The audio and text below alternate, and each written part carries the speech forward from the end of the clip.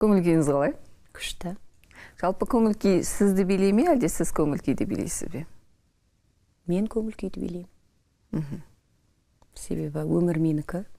Менің әр күніңді әсемде дегенде, әр күнімнің бір күніме ұқсамауы, үйдегі ауа райы, ортадағы жалпы барлығы өзімнің көңіл күйіме байланысты болғандықтан үнемі көңілді жүруге, позитивте жүруге, домбыраның құлақ күйін келтірген сияқты өзімнің құлақ күйімді келтіремін.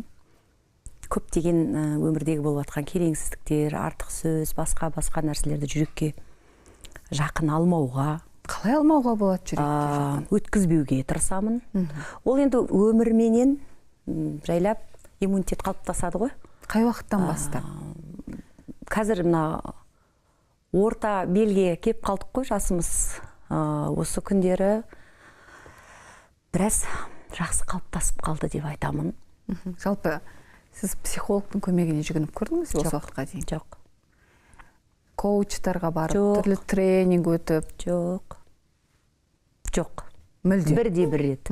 Неге? Кімнен ақыл сұрайсыз бір қиналған сәтте? Неге? Ондай бір қатты қажеттілікті байқамаймын. Әлі ондай өмірімде жағдай болған жоқ. Осы бір шешімін таппаған, басымды тауға да тасқа да соққан. Не болмаса, мен үшін менің өмірімде бәрі түсінікті, әзірше. Енді алда қалай болатын бір Алла біледі. Сондықтан да болар адам ондай психолог мамандарын не үшін іздейді? Жан дүниесі тыныш таппағанда, сұрақ көбейгенде. Мен үшін әзірше осы күніме дейін барлығы түсінікті. Сол ата-анамның көрген тәрбиесі. Бір ақыл сұрайтын сәттер болмай ма? Менің жалпы ақылшым да, кеңесшім де, досым да, сырласым да азаматым ғой. Қадекем екеуміз не істесек те қабырғамызбен кеңесіп, ақылдасып, сол кісінің батасымен, алғысымен қимылдап келемін.